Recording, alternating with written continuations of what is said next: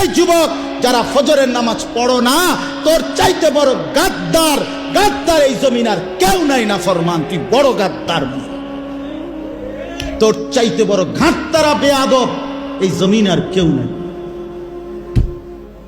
মনে রাখিস বেটা, বেনামাজির মতো অসভ্য, বেনামাজির মতো বেয়াদব আল্লাহর জমিন আর কেউ নাই।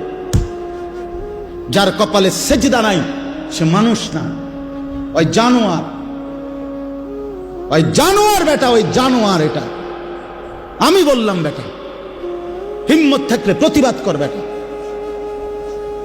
যে কপালে সেজদা নাই ওটা শয়তান, শয়তান, এটা ইবলিস, এটা ইবলিস, শয়তান, এটা শয়তান, শয়তান। এটা